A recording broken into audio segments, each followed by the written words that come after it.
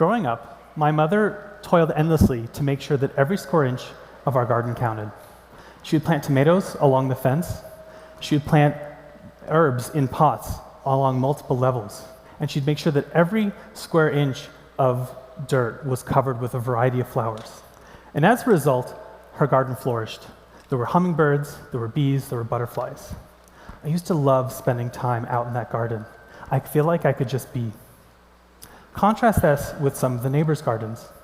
It would be one giant patch of grass, maybe punctuated with a single tree. Basically lifeless. You didn't feel welcome or encouraged to use it unless you were doing something, maybe playing a game of volleyball. I didn't realize this at the time, but this draws a parallel with the way that we're designing our cities today. Do you feel like you have a place where you can walk to, where you feel welcome? Or do you have places where you have to be doing something in order to feel welcome? No loitering allowed. I often wonder, what are we losing by not using our places to our fullest potential? Today I want to talk about how we have a golden opportunity to recreate our cities, to reimagine the way that we're designing our cities, and how the choices we make will have long-lasting impacts on our mental health, our economy, and the environment. I want you to close your eyes for a minute. Imagine your typical suburban neighborhood. You step out of your house, and what do you see? Endless asphalt, rows of identical homes, and not a soul in sight. It's probably 100 degrees, and the nearest grocery store is over 2 miles away. You're not walking there.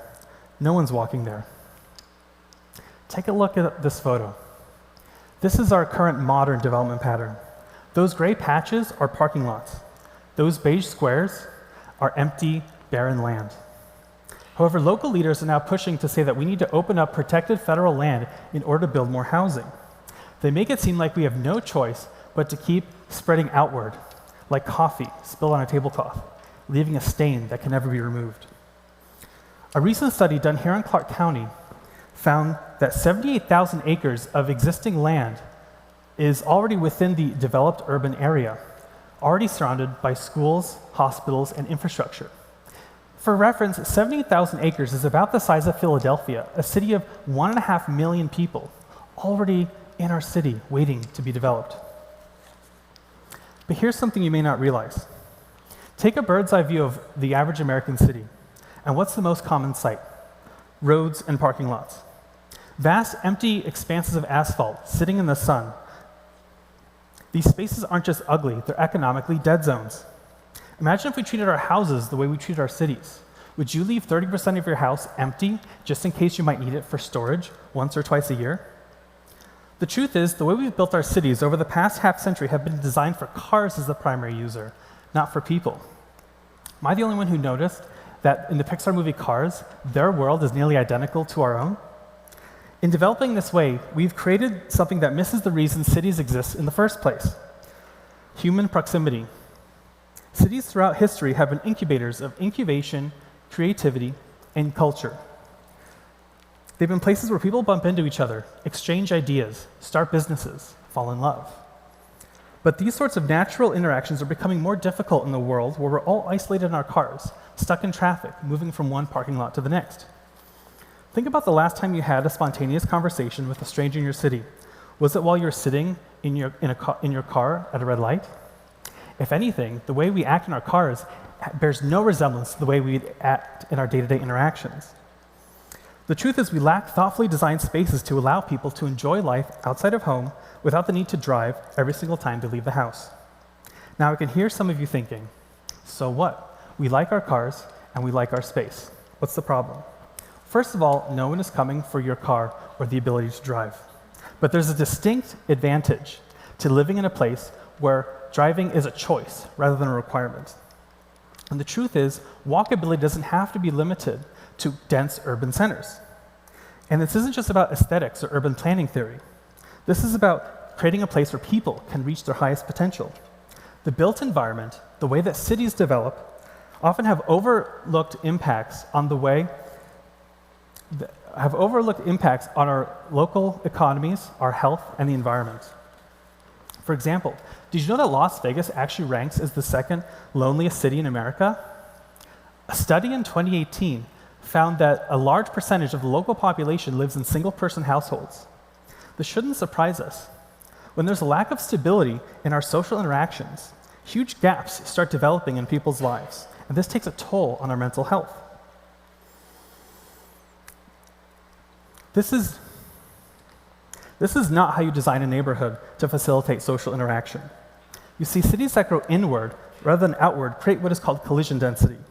It's the idea that innovation and economic growth happen when people bump into each other, when ideas collide. Think about Silicon Valley's origin story. It wasn't just about technology. It was about people meeting on college campuses in similar interest communities, in shared spaces. When Steve Jobs and Steve Wozniak were developing Apple, they didn't meet at some suburban office park. They were part of a community, sharing ideas and getting instant feedback. Now, you may have already heard the term for these gathering spaces, often called third places. These are places that aren't quite home, not quite work, they're somewhere in between. The coffee shop where you might run into an old friend. The park where your kids can play with the neighborhood children. The plaza where you catch up with your neighbors at the farmer's market. These spaces aren't just nice to have, they're essential to our mental health and our economy. But here's the tragic irony. Many American cities have literally made this type of development illegal. Our zoning laws require such extensive parking that small businesses can't afford to open in residential areas. We've mandated such wide streets and such large setbacks that walking becomes an impossibility. Even developers that want to embed more pocket parks in a community are forbidden from doing so without dedicating an extensive area for parking. We've separated uses so thoroughly that you couldn't open a corner store in a residential neighborhood even if you wanted to. Check out this street. How many businesses do you think started here? How many chance encounters led to new friendships? How many people here do you think know their neighbor? How many innovative ideas were sparked by random conversation? The answer is probably none. We've designed serendipity out of our cities in an attempt to organize nature, and we're paying the price in terms of human and economic terms. But here's where it gets even more serious. When we build outward instead of inward, we're not just creating social and economic problems, we're picking a fight with nature itself. And let me tell you, nature always wins these fights. Look at this desert landscape. To many people, it might look empty, lifeless even. But the truth is, this is one of the most vulnerable ecosystems on Earth. The Mojave Desert operates at a razor's edge, receiving just enough water to support an intricate web of life that's evolved over millions of years. Every time we bulldoze another patch of desert for a new subdivision, we're not just destroying habitat, we're disrupting ancient water systems that keep this entire system alive. And let's talk about the elephant in the room, water. A typical suburban home uses 4 times as much water than a comparable urban residence. Why is that? Well, of course, it's all those grassy lawns. In fact, grass is one of the most cultivated and irrigated plants in the entire country in terms of land area. And remind me what its economic value to us is again? It's not just illogical, it's unsustainable. Even if new homes, such as those here in Las Vegas, don't install irrigated turf, they're still planting non-native plants that require irrigation in order to survive in an environment that they're not built for. And the truth is, we need many more miles of water distribution pipes in order to serve these neighborhoods. In fact, the city of Henderson, here in Las Vegas, is looking at spending $2 billion to tunnel through a protected natural area in order to provide a secondary water distribution source to its outer-lying suburbs. Does this sound like sustainable development? But water isn't the only resource that we're wasting. When we spread our cities out, we have to stretch everything else out too. More roads to maintain, more sewage pipes to lay, more police and more firefighters. And guess who pays for all of this? It's us, through our taxes and utility bills. Let me give you a concrete example. In a typical sprawling suburb, it costs the city about 3 times as much per household to provide basic services than in a more densely populated area. 3 times, and yet we keep building in this way as if resources were infinite and as if climate change wasn't breathing down our necks. Think about your daily commute. How much time do you spend sitting in traffic? How much money do you spend on gas? The average American spends 55 minutes behind the wheel of a car daily and spends $12,000 a year to fuel and maintain their car. That's not just an inconvenience, it's a massive drag on our economy. It's a microtransaction on your mobility, and it's a tax on your every move. Every time we build another far-flung subdivision, we're essentially forcing everyone who lives there to drive everywhere for everything, forever. Now, I know what some of you are thinking. This all sounds nice, but it's too late. Our cities are already built. We can't just tear everything down and start over again. But you're absolutely right. We can't, but we don't need to. Cities around the world are already leading the charge of reclaiming our spaces for people. Just 3 parking spaces could host an entire parklet. When Paris closed its road along the Seine to cars and opened it to people, it actually now transports more people than it did when it was only for cars. But what if we actually started to change our pattern of development? This is downtown Redmond, the very suburban headquarters of Microsoft.